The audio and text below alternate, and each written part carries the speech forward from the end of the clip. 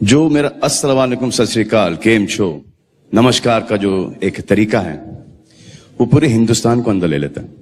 Secular country है, secular लोग हैं, बस यही मान के मैं अपना हर प्रोग्राम स्टार्ट करता हूं। जब एक हिंदू किसी को नमस्ते करता है तो वो इंसान को नहीं कर रहा, वो उसके अंदर बैठे हुए परमात्मा को देख के कहता है कि नमस्ते, मैं तुम्हारे आगे झुकता हूं। और वो कि हिंदू लोग कहते हैं नमस्ते, नमस्ते का लफ्ज किधर से आता है आपको शायद पता होगा। नमस्ते आता है इदम नममे से। इदम नममे मतलब मैं आपके सामने झुकता हूं, मैं आपकी इबादत करता हूं, बराबर। इदम नममे आप कहना चाहते मैं आपके अंदर ईश्वर की इबादत करता हूं। मिसाल के तौर पे वो आदमी चोर है, वो गलत काम कर रहा है, बलात्कार कर रहा है, आप उसको ईश्वर बोलेंगे? आप ईश्वर को इतना घटिया समझ गए? वो बलात्कार करने वाले इंसान को बोलते हैं आप ईश्वर है। इससे भाईचारगी बढ़ेगी नहीं घटेगी। वो बलात्कार करने वाले को, वो चोर को, वो डाकू को मैं ईश्वर मान रहा हूं, उसके सामने झुक रहा हूं। अल्लाह को क्यों गाली दे रहे, ईश्वर को क्यों गाली दे रहे, खुदा को क्यों गाली दे रहे?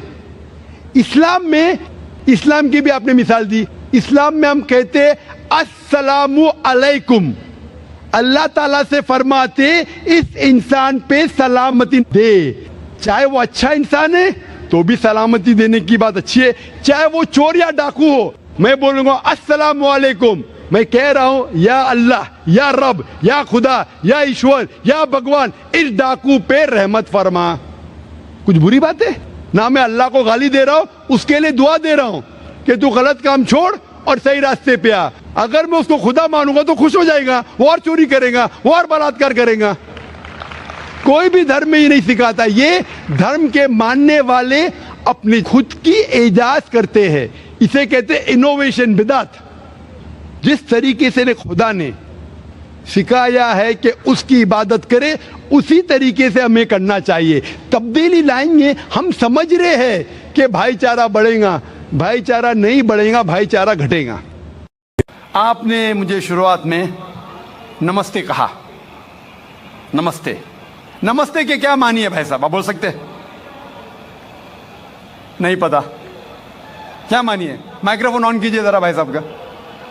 नमस्ते मतलब मैं सर झुका के मैं आपको नमन करता हूँ। हाँ, सर झुका के आप मुझे नमन करता हूँ, नमन करता हूं। सर झुका के, सर झुका के मुझे नमन करना शिर्क है, हराम है, प्रोहिबिटेड है। आप मेरे सामने भी सर नहीं झुका सकते, चाहे आप मुझसे मोहब्बत करते हैं, चाहे आप मेरी इज्जत करते हैं, फिर भी आप मेरे सामने सर नहीं झुका सकते। सर झुकाना चाहिए तो सिर्फ खुदा के सामने, अल्लाह के सामने, और मैं खुदा नहीं हूं।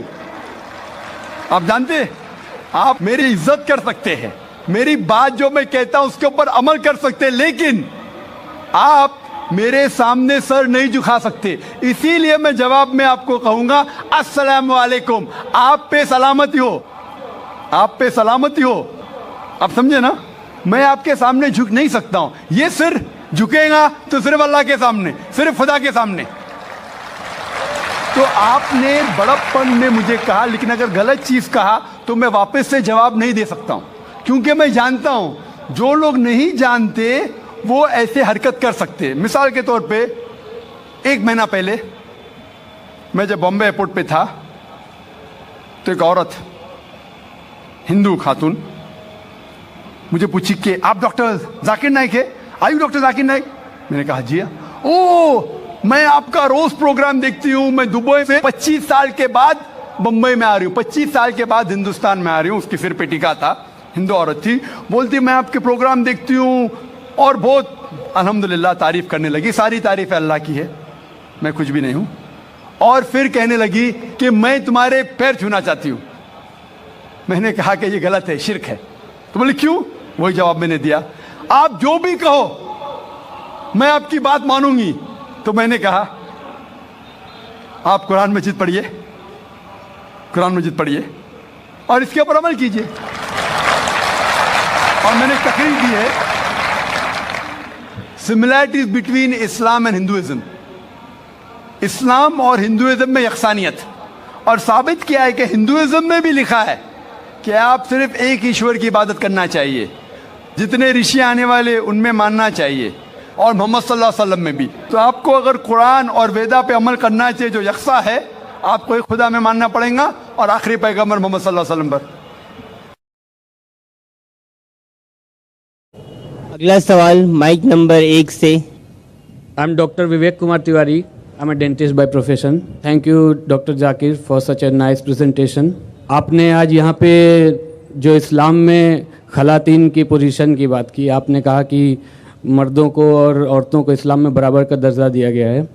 तो मैं आपसे ये जानना चाहूँगा कि एक शादीशुदा औरत अगर अपने शौहर से तलाक लेना चाहती है या उसको तलाक देना चाहती है, तो उसको कितना हक इस्लाम ने दिया है? What are the rights provided by Islam to a woman for giving divorce to her husband?